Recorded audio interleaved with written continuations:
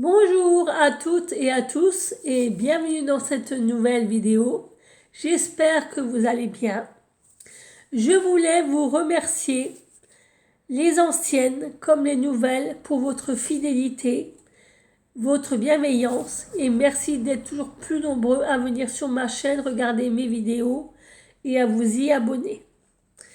Je vous remercie et je suis extrêmement reconnaissante et gratifiante pour toutes les bonnes choses que vous apportez à ma chaîne. Car si j'en suis là aujourd'hui avec 41 abonnés, c'est grâce à vous. Merci, merci de votre soutien, de votre fidélité et de votre bienveillance. Merci infiniment. Et je tenais à commencer cette vidéo avec ceci. Alors, je voulais aussi vous montrer mon troisième dessin pour la troisième semaine. Non, c'est pas ça.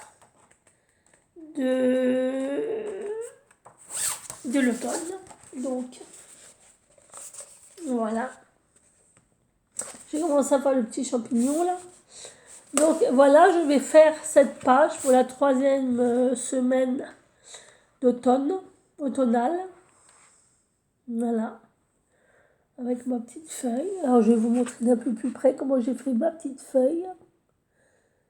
Voilà. Alors, je ne sais pas si vous allez bien voir. Voilà. C'est pas terrible, hein, ces livres. Hein. Alors, je vais faire comme ça, on verrait peut-être mieux. Ah, j'aime pas parce que je vois pas.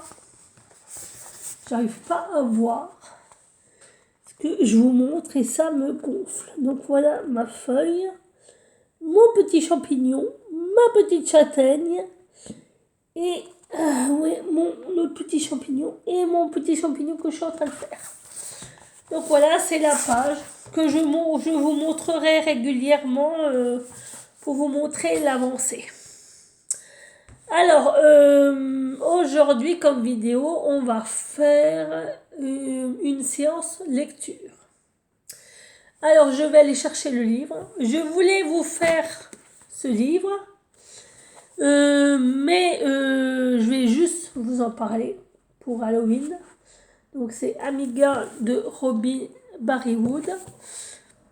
Alors, c'est une petite fille de 8 ans qui est innocente, qui a un père violent et alcoolique, qui a une mère au chômage. Et un jour,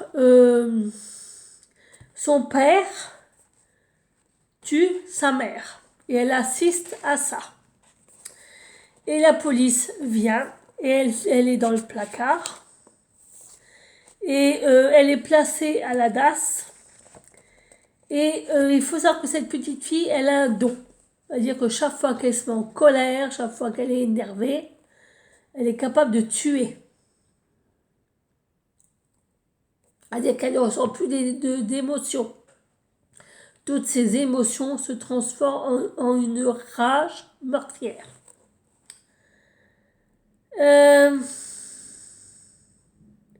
Et puis après, elle est suivie par des psychiatres pour savoir ce qui s'est passé dans sa vie. Vous savez comment c'est quand on parle. Enfin bref, c'est marrant. Et puis, elle est placée dans une famille d'adoptifs qui, eux, vont pas s'apercevoir qu'elle a des dons particuliers, que c'est une enfant qui est un peu, comment dirais-je, spéciale, jusqu'au jour où il va y avoir un drame. Et là, tout le monde va vraiment savoir que Amy n'est pas une petite fille comme les autres, qu'elle peut tuer rien qu'avec la pensée. Donc voilà, je montre le livre et je vais vous chercher les autres. Voilà, j'ai trouvé les livres que je voulais. Alors, aujourd'hui, je vais vous faire la lecture de celui-ci. Journal intime d'un chat acariâtre. Le retour. Alors, celui-là, je crois que c'est le troisième. Ensuite, les livres que je voulais vous présenter pour l'automne, pour Halloween et compagnie. La voix des ténèbres de Dean R. Koontz. Donc, je ne vais pas vous spolier. De Wilbur Smith, les fils du Nil, pour ceux qui aiment les dieux égyptiens, les rois, les reines et les dynasties.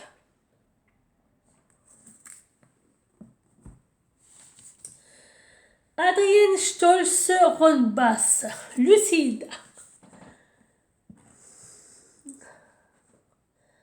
Lucide. Je ne vais pas non plus vous lire la 4e de couverture, sinon ce serait de la triche. De Vicky Alvéar, Schechter, la fille de Cléopâtre. Voilà. D'ailleurs, je crois que dans ce livre, sa fille s'appelle Arsinoé et elle a eu un frère. Pour les fans de Final Fantasy, The Last True de Lumen, et c'est de, pardon, Tsuki Shimatsuki. Final Fantasy type 0, The Last True.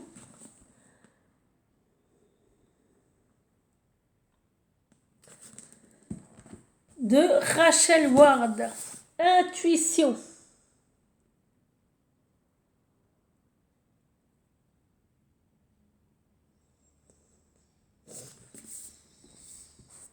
De C.J. Dougherty, Night School.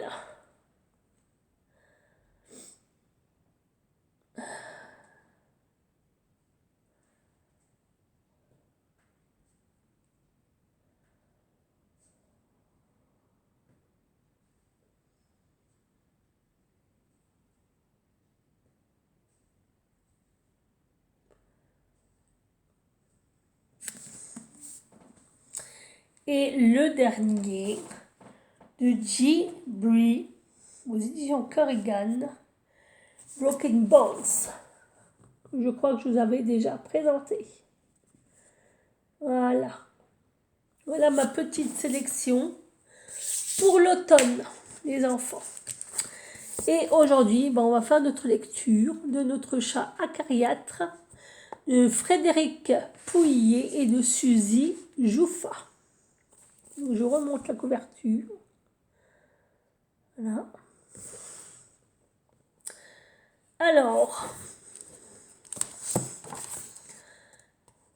le retour. Alors, il y avait déjà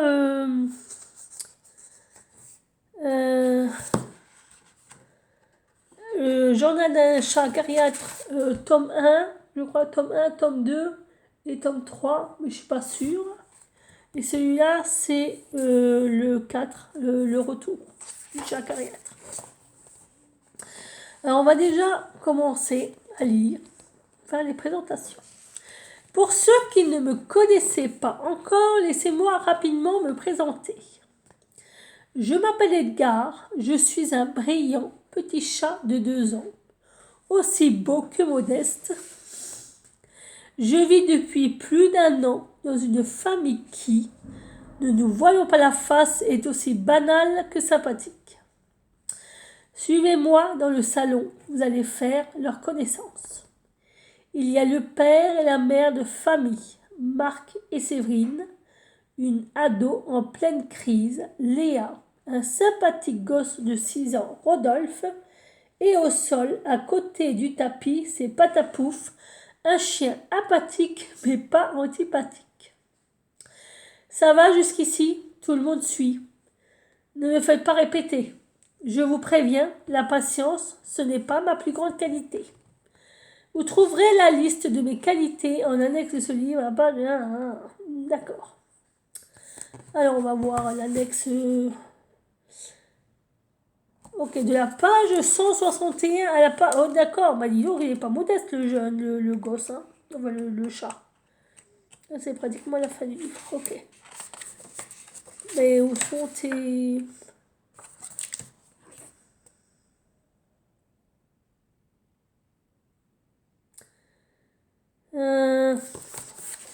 Alors, attendez.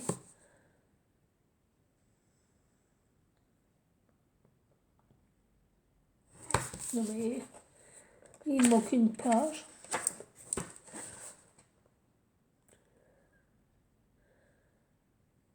Ah ben, il n'y a pas. Il n'y a pas. Ah ben, bon, ben alors, il a aucune qualité parce qu'il n'y a pas de page. Il n'y a pas de page 161 à 454. Hein. Ça s'arrête à 160. Il n'a pas de qualité, le chat. Sans me vanter, j'ai très vite réussi à m'imposer dans cette famille. Je suis devenu en quelque sorte le boss, le patron, le taulier. Mais inutile de leur dire, ces imbéciles s'imaginent encore être mes maîtres. Ha ha ha. Ceux qui sont naïfs, c'est bipèdes. Continuons à parler de moi. Ça tombe bien, c'est mon sujet de conversation préféré. Modeste. Ce que j'aime dans la vie, manger et dormir, mais pas seulement. J'aime aussi beaucoup m'alimenter, me goinfrer, ingurgiter, ingérer, goûter, déguster, me coucher, faire la sieste, me reposer et roupiller. Un esprit sain dans un coussin. Voilà mon credo. Autant vous dire que mes journées sont particulièrement chargées. Alors, accrochez-vous, car vous n'avez pas lu un livre avec autant de rebondissements depuis bien longtemps. Cette promesse n'étant qu'une promesse, le lecteur se sentant floué, ne pourra en aucun cas poursuivre le sympathique chat auteur de ce livre. Signé un petit chat acariâtre. 5 novembre, 521e jour de captivité. Ah, le matin, c'est le moment que je préfère parmi tous les moments de la journée. Les parents sont partis au bureau, les enfants à l'école. Patapouf dort dans sa niche, je suis enfin seul chez moi. Oui, vous êtes ici chez moi. Bon, c'est vrai que d'un point de vue purement juridique, le pavillon appartient à Marc et à Séverine, ou plutôt à leur banque. Mais n'en déplaise au notaire, ici je suis le vrai propriétaire. Mais ne comptez pas sur moi pour rembourser le crédit à leur place. Chacun son job. Le mien, c'est d'être beau, admiré, voire adulé. 10 novembre, 526e jour de captivité. C'est ridicule. Figurez-vous que Marc et Séverine s'appellent entre eux Papa Chat et Maman Chat. C'est à vomir de niaiserie. Le pire, c'est que quand ils s'adressent à moi en disant « Viens faire un câlin, Papa Chat », pour info, tu n'es pas mon père, tu es mon esclave. D'ailleurs, physiquement, nous n'avons absolument rien en commun. Je suis aussi beau que tu es laid. Je suis aussi brillant que toi, médiocre. Comment oses-tu même imaginer que nous puissions avoir une filiation commune ? 15 novembre, 531e jour de captivité. Oh, pauvre Titi. Avez-vous déjà vu le film Scarface ? À la maison, je me comporte un peu comme Al Pacino. Je suis le parrain veillant jalousement sur mon territoire et sur mes hommes de main. D'ailleurs, j'aperçois mon pire ennemi, le chat du voisin qui tente de s'aventurer dans mon jardin. Éloignez les enfants, ça va être sanglant. C'est un combat à mort qui va se dérouler devant vos yeux horrifiés. En même temps, il pleut, je ne vais peut-être pas sortir dans le jardin par ce temps de chien. Autant faire une petite sieste. Oui, même le parrain a le droit de prendre un petit peu de repos. 30 novembre, 546e jour de captivité. Je ne suis le genre de chat à s'inquiéter Je ne suis pas le genre de chat à s'inquiéter facilement. Mais Séverine n'a pas l'air en forme en ce moment. Elle se relève la nuit, elle a souvent des nausées et comme moi, elle vomit fréquemment. Ça m'empêche de dormir. N'y voyez pas là une forme de compassion excessive pour elle. Mais c'est juste que ça me réveille quand elle se précipite dans les toilettes en pleine nuit. Ah, c'est fini. Silence. Il y a des chats qui dorment. 5 décembre. 553 jours. 553e jour de captivité. Une étude menée sur un panel de 2 Français, composé de Marc et de Séverine, démontre que 100% des Français sont fans de moi. Quelle vanité ce chat. 21 décembre, 560e jour de captivité. Moi plus le chauffage égale amour. Oui, je n'ai pas peur de l'avouer. Depuis le début de l'hiver, j'entretiens une relation étroite avec mon pote, le radiateur. Je ne le quitte pas. Je pense que le radiateur est la seule invention réellement utile de l'humanité, loin devant la découverte de la pénicilline et la création d'Internet ou du moteur à explosion. Il paraît qu'à la prochaine révolution industrielle, des robots seront créés pour assister les humains. Ça ne nous impressionne pas plus que ça, nous les chats. Une machine inventée pour répondre à nos ordres et tout faire à notre place, cela existe déjà. Ce sont les hommes. Sympathique. 24 décembre, 570e jour de captivité. Nous sommes à la veille de Noël et personne n'a fait de sapin cette année. Les traditions se perdent. C'est vraiment dommage. Noël n'est pas vraiment Noël sans un sapin décoré. Je me demande si cela a un quelconque rapport avec le léger incident de l'année dernière. Oh, 3 fois rien. J'ai juste grimpé jusqu'au sommet de l'arbre de Noël. Vous voyez, ce n'est pas grand-chose. Bon, d'accord, le sapin est tombé sur l'écran plasma du salon et l'a fait chuter sur la table basse en verre. Je ne suis tout de même pas responsable des lois de l'attraction terrestre. 25 décembre, 571e jour de captivité. Vous aussi, vous avez été gâtés à Noël. Moi, oui. J'ai eu plein de cartons. Leur contenu, peu importe. Ce n'est jamais le jouet que je préfère, mais l'emballage. Je suis quand même un peu jaloux du jeune Rodolphe. Il a eu une console de jeu. Non, pas que j'aime les jeux vidéo. J'essaie de jouer avec un joystick quand vous avez des griffes. Ah pardon, essayez de jouer avec un joystick quand vous avez des griffes. Non, c'est juste que son carton était plus gros que le mien. 3 janvier, 580e jour de captivité. Lunette qui tombe. Séverine a froid. Elle vient d'augmenter le chauffage.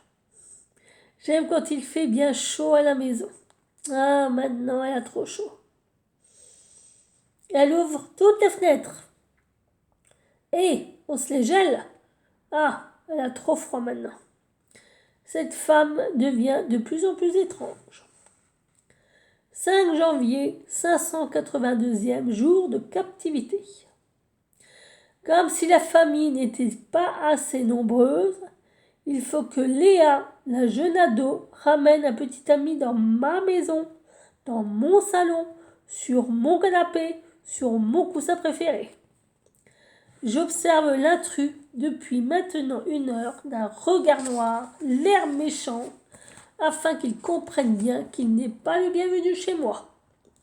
Ce jeune garçon, je ne le connais pas, mais je ne le sens pas du tout le boutonneux. Il a une odeur bizarre. N'allez pas croire que je ne suis pas un chat sociable. Sociable. J'ai juste mes têtes et la sienne ne me revient pas, c'est tout. Pardon, excusez-moi. 11 janvier, 588e jour de captivité. Bienvenue à mon cours d'aérobic pour chat. Ouvrez un œil, fermez votre œil et rendormez-vous. 12 janvier, 589e jour de captivité. Excusez-moi. Je m'inquiète pour ma famille de bipèdes. Je pense qu'ils souffrent d'hyperactivité. Figurez-vous qu'ils ne dorment que 8 heures par jour et qu'ils ne font jamais de sieste. Quelqu'un aurait-il l'adresse d'un bon vétérinaire pour que je les envoie consulter au plus vite ? 13 janvier, 590e jour de captivité. Celui que je préfère dans la famille, c'est le petit Rodolphe, qui n'a que 6 ans. Ce que j'aime chez lui, c'est qu'il est particulièrement influençable et maintenant il est assez grand pour réussir à ouvrir le placard où sont rangées mes croquettes. Démonstration. Rodolphe, viens ici. Dis-moi, tes parents ne m'ont pas donné à manger depuis 3 jours. Non, inutile de leur demander, on ne va pas les déranger pour si peu. Allez petit, ouvre ce satané placard et file-moi à manger. Merci Rodolphe. Je vous l'avais bien dit qu'il était utile, le gamin. 14 janvier, 591e jour de captivité. Aujourd'hui, je suis seule à la maison avec l'intrus, le petit copain de Léa. Il est temps pour moi de le cuisiner. Et toi, l'ado, viens ici. Il faut qu'on discute entre homme et chat. Je tiens beaucoup à Léa. Tu n'as pas intérêt à lui briser le cœur. J'espère que tu es gentil avec elle. Sais-tu que j'ai 4 ans de judo, 5 de karaté, 6 d'aïkido et 7 de boxe, ce qui devrait d'autant plus t'impressionner que je n'ai que 3 ans. Alors que les choses soient claires entre toi et moi, je te surveille. Je peux être n'importe où, à tes pieds, sur l'armoire, sous le lit, derrière le canapé. Il n'y a pas un centimètre carré que je ne contrôle pas. Bon, il n'a pas l'air plus impressionné que cela. C'est mon problème. Dans ma tête, je suis un tigre de 2 mètres avec des dents tranchantes comme des lames de rasoir. Alors qu'en réalité, je suis une peluche de 60 centimètres au regard craquant. 16 janvier, 593e jour de captivité. C'est incroyable ce que Séverine grossit en ce moment. Son ventre a doublé de volume. Quand je pense qu'elle a eu l'audace de me mettre au régime et de ne plus m'acheter que des croquettes light, c'est vraiment l'hôpital qui se moque de la charité. Je ne suis pas solidaire. Si elle veut faire un régime, qu'elle le fasse, mais seule. D'ailleurs, c'est bien connu, les régimes conviennent autant aux chats que les icebergs au Titanic. Que ce soit bien clair entre vous et moi, je ne suis pas gros, je suis juste tellement beau que ça déborde. 17 janvier, 594e jour de captivité. Je suis excitée comme un acarien au salon de la moquette, car aujourd'hui c'est le soir des sushis. Tous les jeudis, Marc passe chez le japonais pour acheter du poisson cru, et il m'en rapporte toujours une petite portion, rien que pour moi. Le saumon frais, j'en salive d'avance. À table, comment ça, de la salade. Mais on est jeudi, c'est le soir des sushis. Où est mon poisson? Rendez-moi mon poisson. Comment ça? Séverine ne mange plus de poisson cru? Elle adore ça pourtant. Bon, elle n'en veut peut-être plus, mais moi j'en veux. Si elle devient végétarienne, ne comptez pas sur moi pour manger des poireaux. Si les meilleures traditions se perdent, je me demande où va le monde. 18 janvier, 595e jour de captivité. Je vais y planter. Et patapouf, viens là. Tu as remarqué que le ventre de ta maîtresse avait beaucoup gonflé? Oui, je sais. Tu aimes ta maîtresse, mais ce n'est pas la question. Concentre-toi un peu et arrête de remuer ta queue. C'est particulièrement agaçant. Tu n'as rien remarqué? Non. On se demande à quoi te sers tes grandes oreilles. Tu ne captes jamais rien. Alors, ça ne te semble pas bizarre qu'elles grossissent autant? Non.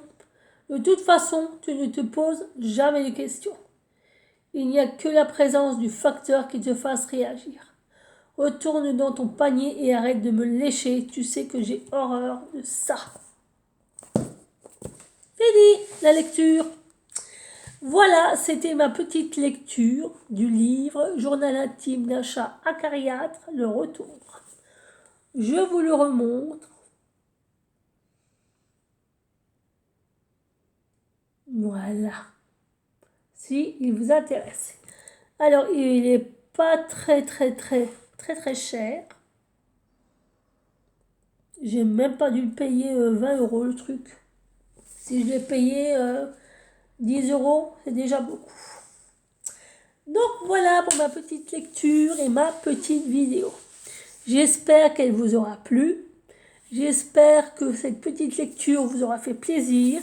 Si c'est le cas, mettez des pouces bleus. Abonnez-vous et commentez. Sur ce, je vous fais d'énormes bisous et je vous dis à une prochaine vidéo. Ciao, ciao. Je vous montrerai l'avancement de mon coloriage. Bonne journée à tous.